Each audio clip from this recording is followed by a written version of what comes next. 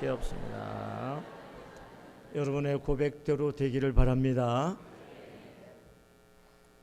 바람의 딸이라고 하는 한비아님께서 지도 밖으로 행군하라는 책이 그분의 책이 있습니다. 그 책에서 그는 월드비전에서 긴급 구호를 하기로 결정한 직후에 한 대학생이 그에게 물었다는 겁니다. 재미있는 세계 여행이나 계속하지 왜 힘든 긴급 구호를 하세요? 라고 말했습니다. 그때 한비아님의 대답은 이 일이 내 가슴을 뛰게 하고 내 피를 끓게 만들기 때문이죠 라고 말합니다. 한비아님은 그분의 책 속에서 나는 사람들에게 세상 안에서는 도저히 느낄 수 없는 이 견딜 수 없는 뜨거움을 고스란히 전해주고 싶다. 제발 단 한 번만이라도 자신의 가슴을 뛰게 하는 일이 무엇인지 진지하게 생각해 보라고 권하고 싶다. 오늘 또 나에게 묻고 또 묻는다. 무엇이 나를 움직이는가? 가벼운 바람에도 승난 불꽃처럼 타오르는 내 열정의 정체는 무엇인가? 소진하고 소진했을지라도 마지막 남은 에너지를 기꺼이 쏟고 싶은 그 일은 무엇인가? 지금으로서 그것이 긴급구호라고 자신 있게 말할 수 있다. 그래서 기쁘다라고 말하고 있습니다. 우리는 한비아님처럼 이렇게 가슴 뛰게 전 세계를 다니면서 이렇게 열정적으로 살 수는 없을 거예요. 대다수의 모든 사람들이 평범한 일상의 삶을 살고 그리고 안주하고 싶어하는 것이 사실입니다. 여러분과 제가 그리스도인으로서 이렇게 한비아님처럼 세계 선교 현장에 가갖고 이렇게 열심으로 현장에서 선교하는 선교사님들이든 또 이렇게 여러분과 저처럼 평범한 일상의 삶 속에서 살 사람이든 여러분과 제가 그리스도인이라면은 오늘 우리는 이 주의 말씀을 들어야 된다는 겁니다. 오늘 본문 말씀이 이렇게 말하고 있어요. 그런저 그 말합니다. 그런저 너희가 어떻게 행할지를 자세히 주의하여 지혜 없는 자 같이 하지 말고 오직 지혜 있는 자 같이 하라. 이렇게 말합니다. 여러분과 제가 존귀한 사람이든 무명의 사람, 평범한 무명의 사람이든 학식이 있든 무식하든 여러분의 재물을 많이 소유한 분이든 가난한 사람이든 우리는 오늘 이 말씀 앞에는 동일한 것입니다. 왜냐하면 가난해도 또 돈이 많아도 지혜롭게 살 수는 있다는 겁니다. 그래서 너희는 지혜 어떻게 행할지를 자세히 주의하여 지혜 없는 자 같이 말고 오직 지혜 있게 행하라고 했습니다. 그러므로 여러분과 제가 그리스도인으로서 어떤 삶의 자리에 있든지 상관없이 우리는 지혜 있게 살아야 된다 하는 겁니다. 그러면 그리스도인으로서 지혜 있게 사는 법이 뭐냐 하는 것입니다. 그것이 오늘은 지혜롭게 살려고 하면은 세월을 아껴야 한다 이렇게 말하고 있습니다. 지혜로운 사람은 시간이란 주어진 시간이며 제한적인 시간이란 것을 안다는 것입니다. 저도 시간은 내 마음대로 하는 것이 아니라는 것이죠. 다만 있는 시간 어떻게 가득 채우어 사느냐 하는 것이 중요한 것입니다. 그러므로 소펜하우라는 사람은 이렇게 말합니다. 평범한 사람은 시간을 소비하고 재능이 있는 사람은 시간을 이용한다라고 말했습니다. 지혜로운 사람은 어떤 사람입니까? 시간을 이용할 줄 아는 겁니다. 사용할 줄 안다는 것입니다.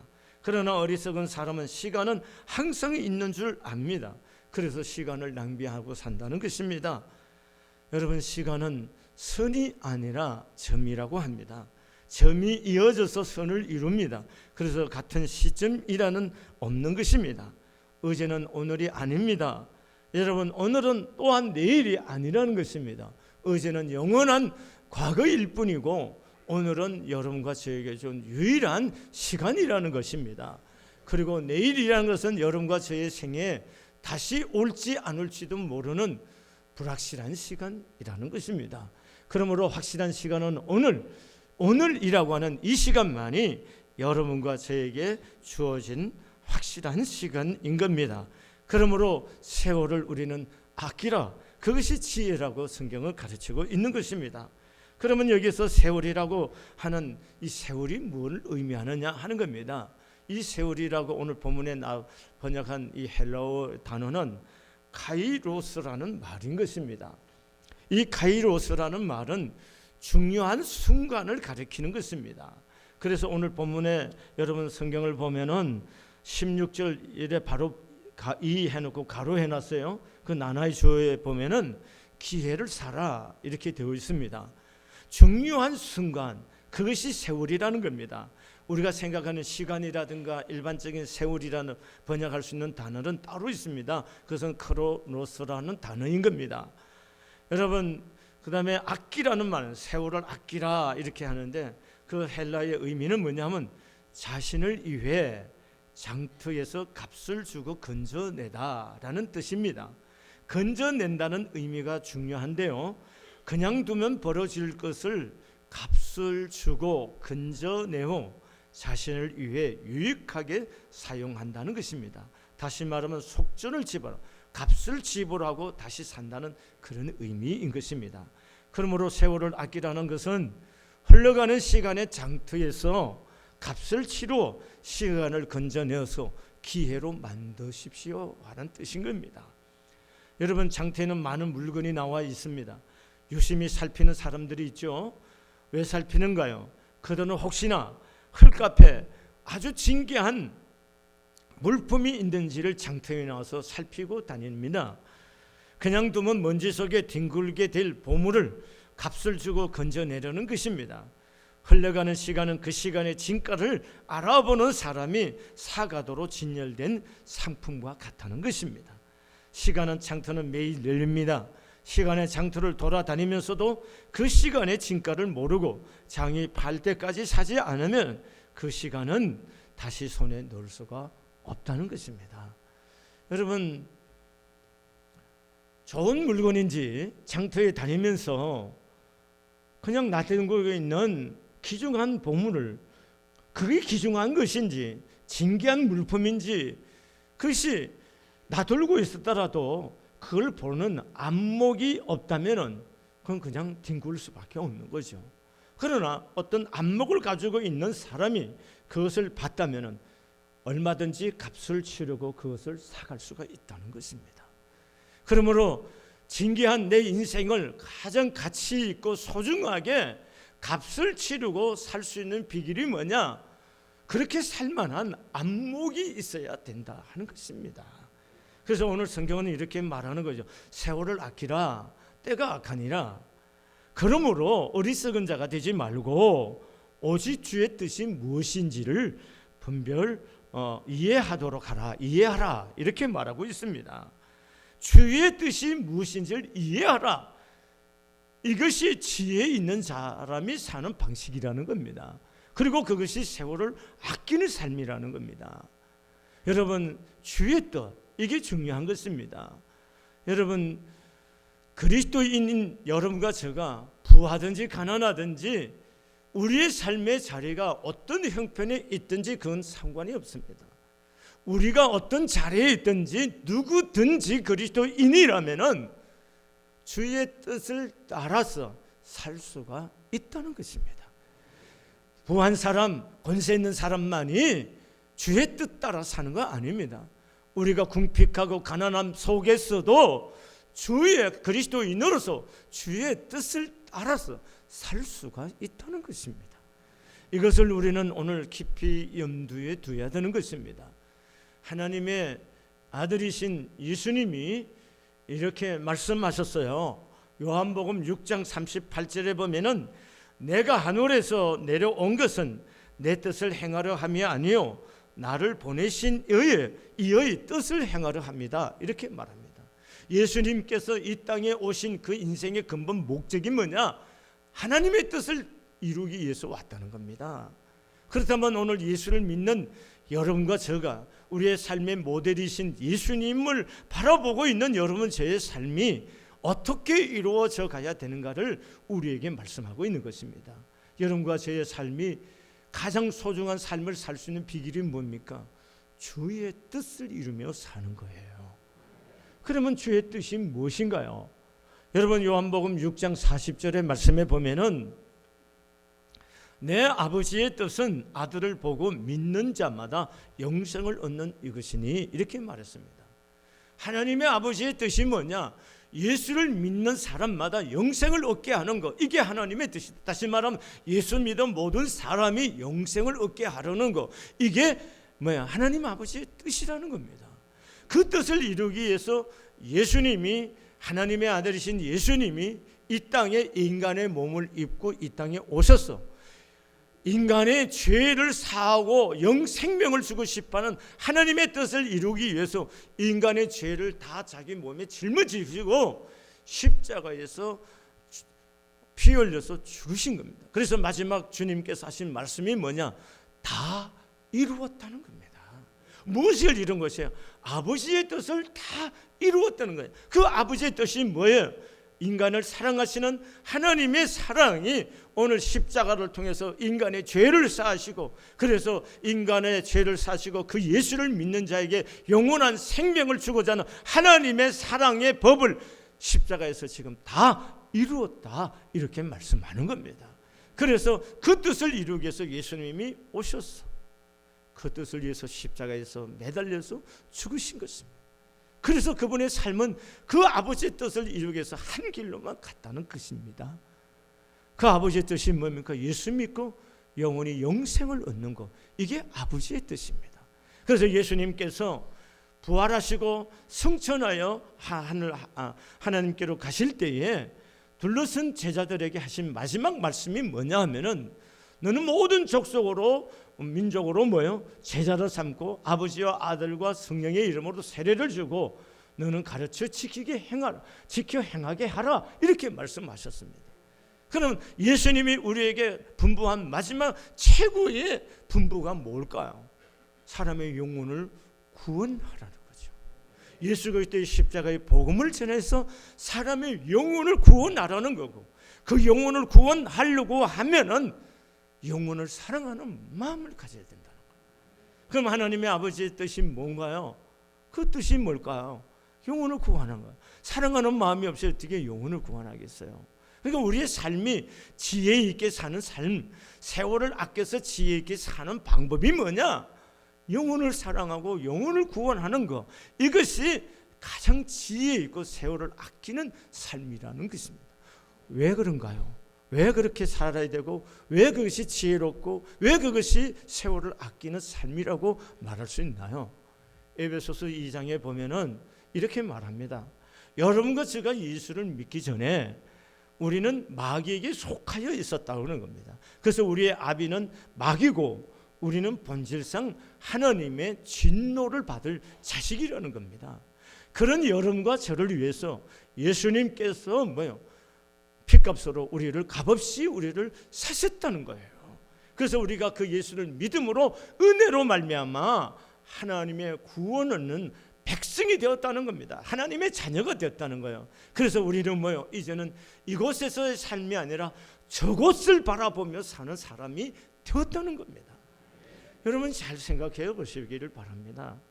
제가요 40대, 30대, 40대 한갑이 지난 60대 사람은 보면 꼰대라고 그렇게 생각하고 그렇게 말을 했어요.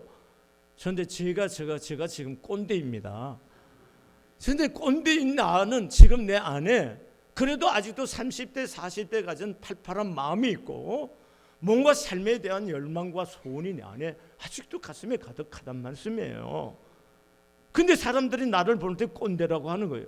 그럼 나도 내 인생에 이제 남은 시간이 많지 않다는 얘기잖아요. 성경은 말하잖아요. 모세가 말해요. 사람이 70이야 강건하면 80이라고 그렇게 말하는 거예요. 여러분 우리가 수명이 많이 늘어져서 보통 80까지 살면 다 수명 다 사는 거 아니에요? 좀 더 살면 90대 사는 거잖아요. 그것도 큰 은혜를 입어야 되는 거 아니겠습니까? 여러분 그런 의미에서 본다면 모세는 말합니다. 내 남은 날들을 계수하라, 그렇게 말해요. 내 인생의 남은 시간이 얼마인지 알면서 살아라, 그런 얘기잖아요.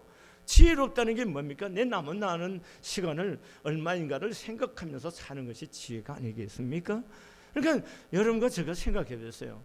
만약에 여기에 시간이 끝나서 인생이 다 끝이라면 그건 너무 허무한 거잖아요. 허무한 거 아니에요? 그러면 이곳에서 뭐 하고 싶겠어요? 먹고 마시고 하고 싶은 짓거리 다 하며 살 거 아니에요. 그 염세주의자들이 갖는 거고 뭡니까? 쾌락주의자들이 갖는 삶의 방식이잖아요. 그럼 우리에게는 이 땅의 삶이 생물학적인 내 몸이 여기에 80을 살든 90을 살든 죽어서 끝나는 삶을 끝이라고 보는 삶을 사는 사람들이 아니라는 거예요. 여러분과 제가 예수를 믿고 구원받아 거듭난 사람이라면 우리의 삶은 어디에 있는 거예요? 저기를 하나님의 나라를 바라보고 사는 사람들이에요. 우리의 궁극적인 희망은 어디에 있는 거예요? 영원한 하나님의 나라가 우리의 영원한 희망이고 우리의 비전이에요. 그러면 잘 보세요.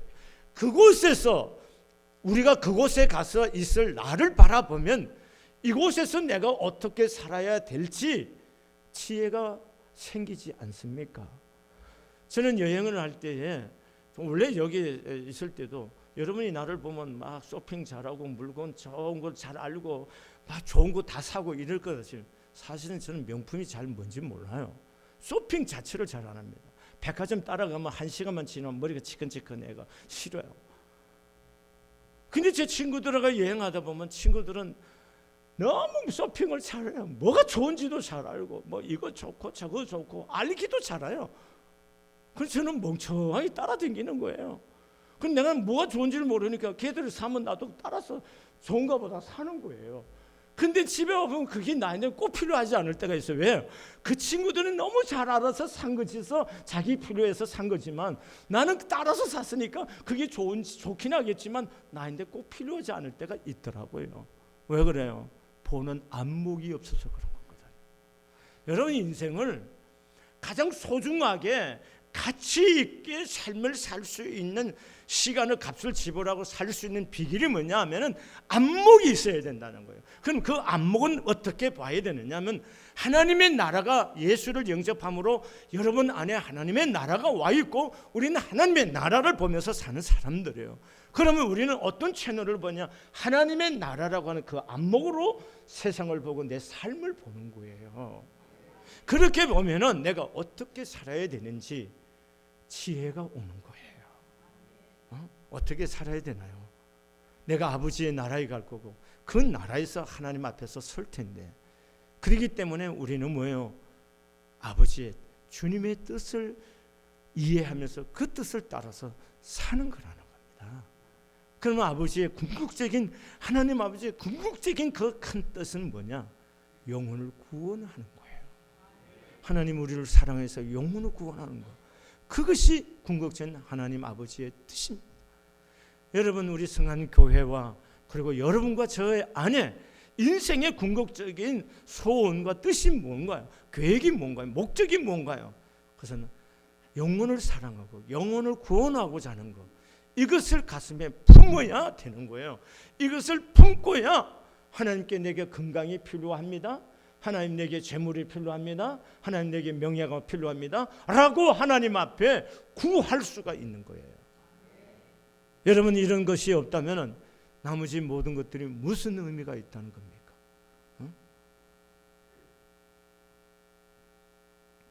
깊이 우리가 생각하면서 살아야 돼요. 예수 믿는다는 것이 종교 아니에요. 종교. 우리가 종교인인데 종교인이라는 것은 삶의 의미를 추구하며 사는 것이 종교인이 아닙니까? 우리가 부자 되는 거 다 중요하고 또 명예를 얻고 권세 있게 사는 것도 중요합니다. 그러나 그보다 더 본질의 문제는 뭐냐면 우리의 삶의 의미를 묻고 사는 거예요. 그럼 우리의 삶의 의미를 묻고 사는데 죽음이란 그 속에서만 우리가 우리 인생을 조명하고 보는 것이 아니라 하나님의 나라라고 하는 그곳에서부터 지금 여기를 보면서 살 때에 진정한 안목이 생겨서 바르게 우리의 인생의 의미를 가지고 살게 되게 되고 그리고 후회하지 아니하는 인생을 살게 될 줄로 믿습니다. 그것이 영혼을 사랑하는 거고 영혼 구원입니다. 그걸 위해서 하나님께 건강을 구하십시오. 그걸 위해서 하나님 내게 재물이 필요합니다라고 재물을 구하십시오. 그걸 위해서 하나님 내게 지혜가 필요하고 지식이 필요하니 학문해야겠으니 내게 학문한 길을 열어달라고 그걸 구할 수 있으시기를 바랍니다. 그러면 어떻게 이 하나님의 뜻을 구현하고 살 수가 있나요? 그것은 우리의 의지로만이 되는 것 아닙니다. 그래서 오늘 성경이 우리에게 말합니다.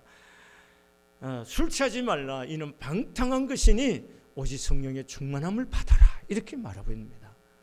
여러분, 우리가 하나님의 뜻대로 살고 싶다는 뜻을 세우지만, 그렇지만 그 뜻대로 우리의 힘을 다해서 살 수 있는 것이 못돼요. 왜냐하면 우리는 타락한 죄의 본성을 갖고 있는 사람들이라 그렇게 결심하는 만큼 사라지지를 않습니다. 그러므로 우리가 살 수 있는 유일한 비결은 뭐냐? 성령 충만입니다. 성령 그분의 은혜와 그분의 이끌림과 그분의 역사하심이 아니고는 우리는 주의 뜻을 추구하며 살 수가 없다는 거예요. 그러면 영성 생활에 중요한 것이면 술 취하지 말라는 겁니다. 현대인들은 술에 대해서 굉장히 관대합니다. 관대하는 거 다 괜찮지만 중요한 것이 뭐냐면 술은 영적 생활에 영성에 도움이 되지를 않는다는 것입니다. 그러므로 어젯밤에 혹시 마지막 술이 되시기를 바라요. 그래, 괜찮습니다. 여러분 계속해 술에 중독이 되지 말라는 말씀입니다.